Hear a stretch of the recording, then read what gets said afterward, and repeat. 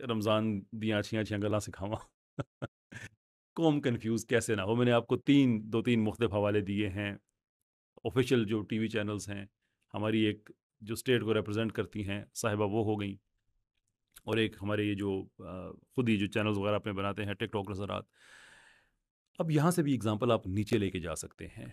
ایک گلی محلے کی دکان جو صبح دکان چلاتا ہے تو قرآن پاک کی تلاوت لگی ہوئی ہوتی ہے. جب وہ قرآن کی معافی چاہتا ہوں دکان کی صفائی وغیرہ کر رہا ہوتا ہے تو پیچھے آیات لگی ہوئی ہوتی ہیں.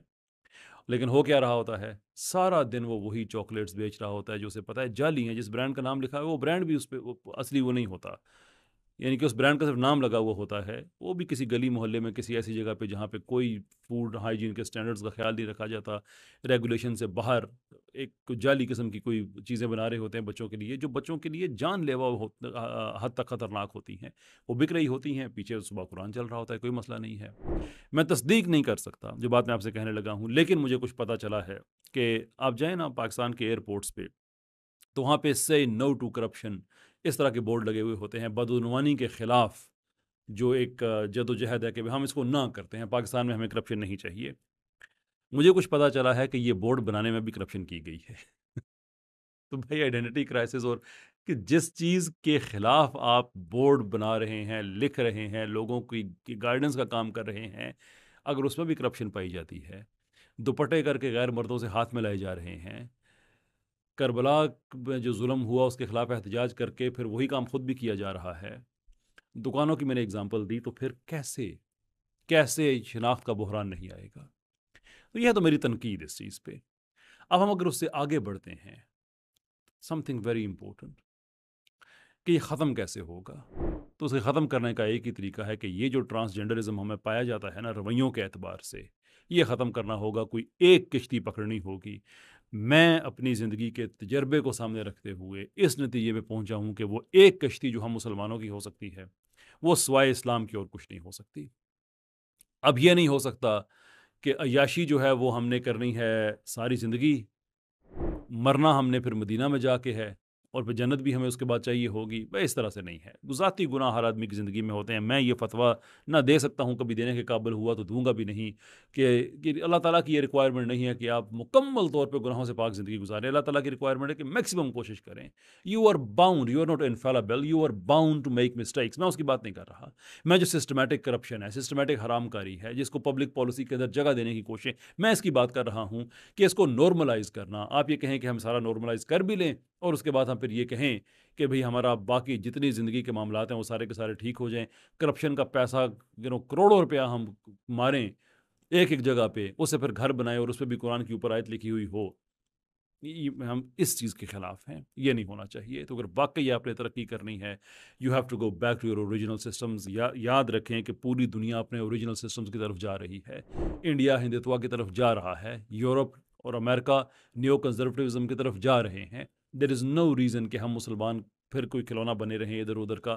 بھائی سمپل سی بات ہے، مسلمان ہونا یہ تھیوری نہیں ہے، یہ پریکٹس ہے.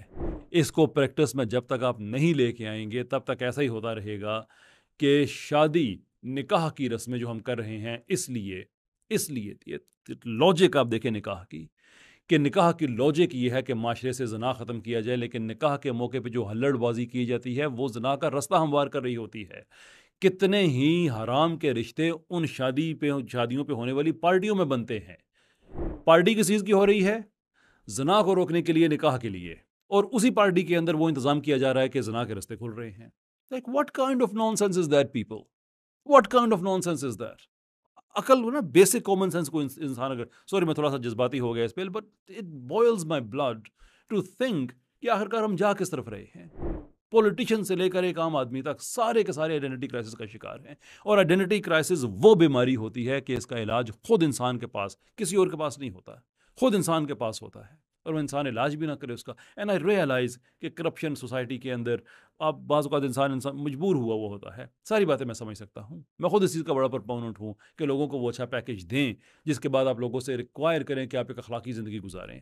شور، آئی ایگری ود دیٹ. لیکن اس کا یہ مطلب بھی ہے کہ اپنی ذاتی زندگی تک جو آپ کوشش کر سکتے ہیں وہ تو کریں.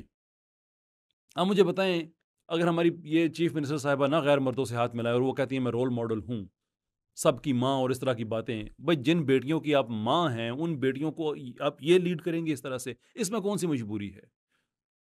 ایک دکاندار ہے وہ اگر غلط چاکلیٹ بیچ رہا ہے وہ اچھی بھی بیچ سکتا ہے، بھائی تمہاری کیا مجبوری ہے؟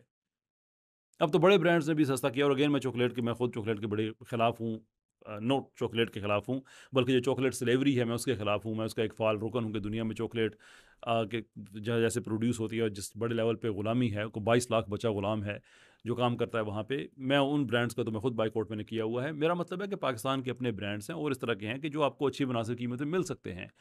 At the same time T V media کو بندہ پوچھے کہ آپ اگر یہ حرام کاری نہ دکھائیں، رمضان میں ان اداکاروں کو نہ لے کے آئیں جو کہ عام طور پہ فحاشی کے پرپونرٹس ہیں، تو آپ کا کیا نقصان اس میں ہوگا؟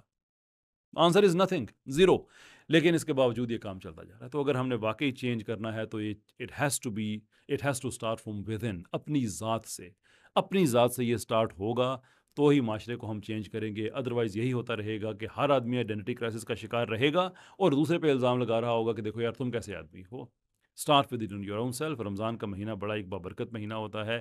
ایک چیز بھی انسان اگر چینج کرے نا اپنی زندگی کی، ایک چیز، یار اس رمضان میں نے ایک چیز چینج کرنی ہے، اسی کے اندر سے برکت پیدا ہوتی ہے۔ تو ہاؤ اباؤٹ دس کہ جو اس دفعہ عید سے پہلے ہم اعلان کریں اپنے لیے، وہ یہ ہے کہ بھائی میں نے آئیڈینٹی کرائسس کا شکار نہیں ہونا ہے۔ لا الہ الا اللہ ریکوائرز می کہ میری ایک آئیڈینٹی ہو اور میں اس کو اسیوم کروں، نتھنگ ایلس۔